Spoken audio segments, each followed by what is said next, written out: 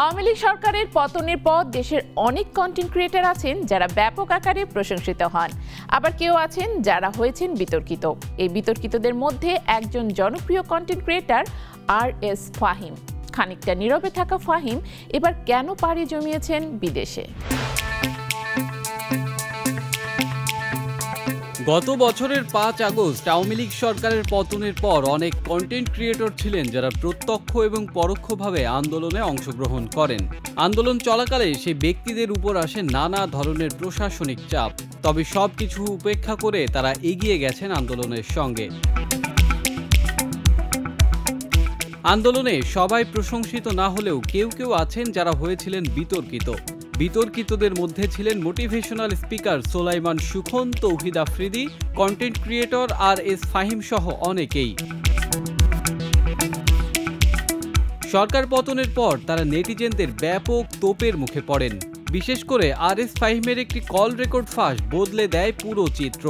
যদিও সোলাইমান সুখন সম্পূর্ণ নীরব এবং আড়ালে চলে গেলেও কিছুটা সাড়া পাওয়া যেত তৌহিদ আফ্রিদি এবং RS ফাহিমের। এদের মধ্যে RS ফাহিম পূর্বের মতো সক্রিয় না থাকলেও সামাজিক যোগাযোগ মাধ্যমে ছিলেন বেশ সরব। সম্প্রতি এই কন্টেন্ট ক্রিয়েটর পাড়ি জমিয়েছেন মালয়েশিয়া। যদিও তার বিদেশে পাড়ি জমানোর বিষয়টি সাম্প্রতিক ফেসবুক পোস্টগুলো থেকে আঁচ করা যাচ্ছিল। সাম্প্রতিক পোস্টগুলোতে তিনি প্রকাশ করেছিলেন কিছু আবেগ এবং কষ্টের বিষয়গুলো। গত 22 এপ্রিল দীর্ঘ এক আবেগ ঘন পোস্ট করেন ফাহিম। দীর্ঘ সেই পোস্টের একটি স্থানে তিনি লেখেন, সময়ের সাথে সবকিছু বদলে যাবে, এমনকি আপনি নিজেও, আর এটাই বাস্তব। তাই যখন যে বাস্তব পরিস্থিতির মুখোমুখি হন সেটা মেনে নিয়ে বাস্তবতার সাথে নিজেকে খাপ খাইয়ে নিতে শিখুন। এছাড়াও আরেকটি ছবি আপলোড করে ক্যাপশনে লেখেন, হাসির ভেতরে কান্না লুকাচ্ছেন তিনি। এর 2 দিন পর কুয়ালালামপুর মালয়েশিয়া পিন করা লোকেশনে একটি ছবি আপলোড করেন। ক্যাপশনে লেখেন, জীবনে চলার পথে কেউ কষ্ট দিবে, কেউ বেইমানি করবে, কেউ বিশ্বাসঘাতকতা করবে, ভালোবাসার নামে অভিনয় করবে, বন্ধুত্বের নামে ব্যবহার করবে। হ্যাঁ, এটাই নিয়ম। যত তাড়াতাড়ি বুঝতে পারবেন তত ভালো থাকতে পারবেন।